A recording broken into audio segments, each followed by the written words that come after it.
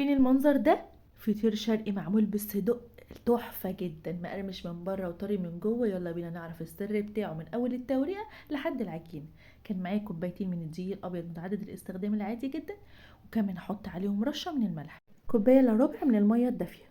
وهستخدم المية ديت حبة بحبة كده واعجنهم مع بعض. واهم حاجة في الموضوع دوت ان انا اعجنهم كويس جدا علشان خاطر اشغل الجلوتين بتاعها، ولما اجي افردها ما تتقطعش مني.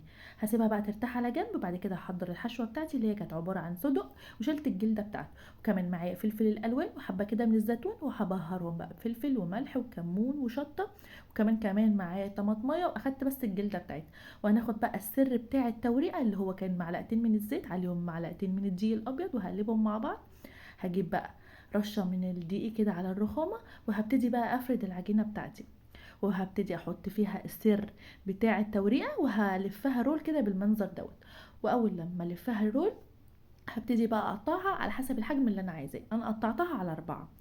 طبعا تقدري تنقصي او تزودي، بس كان حجم الاربعه دي كانت حجم الفطيره حلوه كده زي ما انت شفتي في اول الفيديو. وهبتدي اقفل كده واطوي الاجناب، وبعد كده هبتدي اعملها كوره واسيبها بقى على جنب. اول لما ترتاح كده لمده 5 دقايق هحط بقى السمنه وابتدي افرد فيها. بتتفرد بكل بساطه اول لما بحط السمنه، وهقطعها بالمنظر ده علشان خاطر تبقى مورقه معايا كويس جدا. وهبتدي احط الحشوه بتاعتي، وفوقيها طبعا الخضار اللي هو الفلفل بتاعي دوت. تقدري كمان لو انت عندك جبنه تحطي جبنه، بتكون حلوه جدا وتحفه. وكمان ممكن تعمليها بالجبنه بس. وهبتدي بقى اطوي الاجناب كده زي ما انت شايفه. وهبتدي احط بقى السمنه بتاعتي، وهقفلها عادي جدا. وهبتدي بقى اشغل الفرن بتاعي.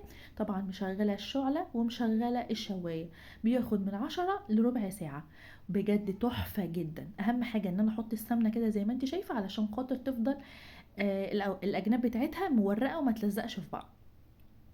وبعد كده بقى بجيب صينيه تكون مدهونه من السمنه وافردها، وابتدي اخبزها. بتطلع بالشكل ده بجد، ريحتها ريحه الصدق والتوريقه اللي فيه. بصوا هقطعها واوريكم بقى التوريقه بتاعته من جوه عامله ازاي.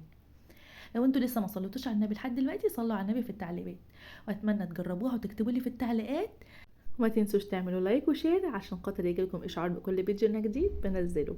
بجد ريحه الصدق كانت ماليه البيت، تحفه جدا. اتمنى فعلا تجربوها. واشوفكم في تكه جديده وتركه جديده مع نونا. دمتم في رعايه الله.